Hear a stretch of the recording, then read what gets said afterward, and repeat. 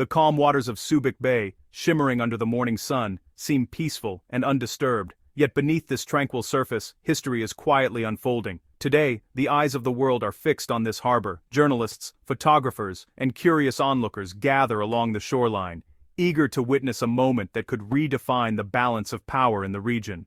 On February 7, 2026, the arrival of new U.S. military equipment at Subic Bay marks a pivotal moment for both the Philippines and the broader Indo-Pacific. Massive cranes swing into action, unloading containers filled with advanced technology and supplies, signaling a new chapter in military cooperation. This is more than just a delivery of hardware, it's a powerful symbol of a deepening alliance. The handshake between U.S. and Philippine officers is a public affirmation of shared interests and mutual trust, forged over decades but now tested by new challenges. The South China Sea, stretching beyond the horizon, is not just a local concern.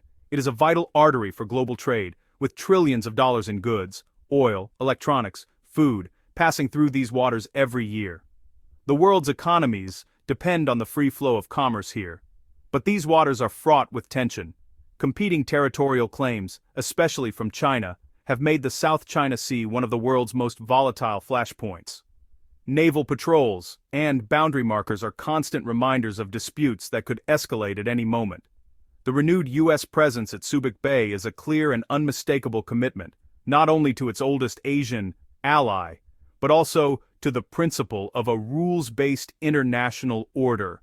The raising of the flags is a message to the world. Alliances matter, and the U.S. stands ready to support its partners. The equipment arriving today is just one part of a much broader effort. New construction projects are underway, expanding the base's capabilities. Joint military exercises are becoming more frequent and complex, and the Philippine military is undergoing a significant modernization to meet the demands of a changing security environment. For many Filipinos, these developments bring a sense of hope for greater security, for protection against external threats, and for a stronger voice on the world stage. Yet, there is also apprehension. Some worry about the risks of being caught in the middle of great power competition and the potential consequences for their communities and livelihoods. The presence of foreign troops and military hardware is both reassuring and unsettling. The choices made here at Subic Bay will echo far beyond these shores.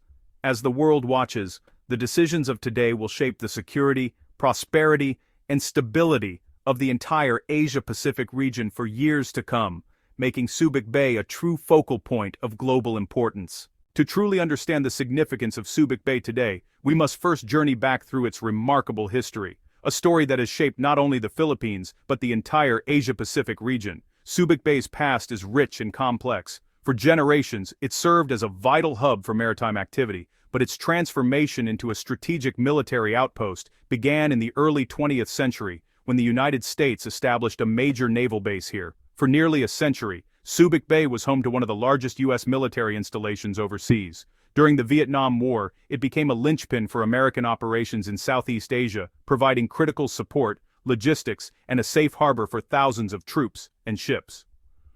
The base's closure in 1992 marked a dramatic shift in U.S.-Philippine relations.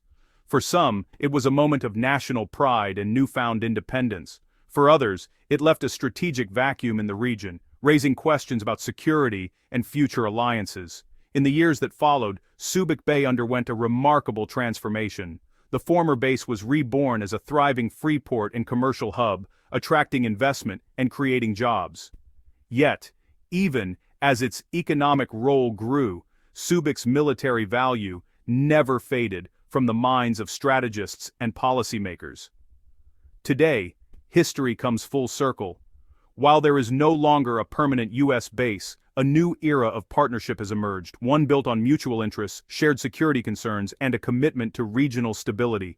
The Visiting Forces Agreement and recent developments signal the latest evolution in this relationship. Subic Bay once again plays a pivotal role, serving as a key site for joint exercises, port visits, and cooperation between the U.S. and Philippine militaries. Decades of collaboration have built deep trust and interoperability between the two armed forces. Training side by side, they have forged bonds that go beyond strategy, creating a sense of shared purpose and resilience. Today, the enduring legacy of Subic Bay provides the foundation for a stronger, modern alliance, one that continues to adapt to new challenges, ensuring peace and security for generations to come. Subic Bay is buzzing with activity, its docks and harbors alive with the movement of ships, personnel, and equipment. Once a historic U.S. naval base, Subic Bay is once again at the center of regional security efforts, playing a pivotal role in the evolving partnership between the Philippines and the United States. The U.S. is investing heavily in new naval infrastructure here, funding upgrades and expansions that will transform Subic into a modern hub for military operations. Construction crews work around the clock, laying the foundation for a stronger, more resilient alliance. The centerpiece of these efforts is a state-of-the-art finger pier, specifically designed to accommodate the Philippine Navy's latest warships. This new facility will allow for faster deployment, improved logistics, and greater flexibility in responding to regional challenges. Under the Enhanced Defense Cooperation Agreement, this project not only supports the modernization of the Philippine military, but also enables seamless joint operations and planning between the two allies. It's a tangible step toward a more integrated defense posture. Philippine Defense Secretary Teodoro has called the reopening of Subic's naval base by 2028 a cornerstone of the country's defense strategy, emphasizing its importance for national security and regional stability. The U.S. is also providing technical expertise and hands-on assistance to help maintain and upgrade Philippine naval vessels, ensuring they remain mission-ready and capable of meeting new security demands. At the same time, Subic Bay serves as a vital resupply and repair point for the U.S. fleet, allowing American ships to operate more effectively throughout the region and respond quickly to emerging threats. Joint military exercises, such as the annual Balikatan drills, have expanded in both scale and complexity. These exercises are crucial for building interoperability, strengthening trust, and ensuring that both forces can operate side by side in any scenario. All these efforts reflect a broader trend, a deepening and more integrated alliance, one that is increasingly focused on addressing shared threats and safeguarding the interests of both nations in a rapidly changing region. The visible upgrades at Subic Bay, from new facilities to advanced military equipment, stand as concrete evidence of this evolving partnership and the commitment of both countries to mutual defense. Together, the Philippines and the United States are building a credible deterrent in the South China Sea, sending a clear message that they are prepared to defend their shared interests and uphold stability in the region.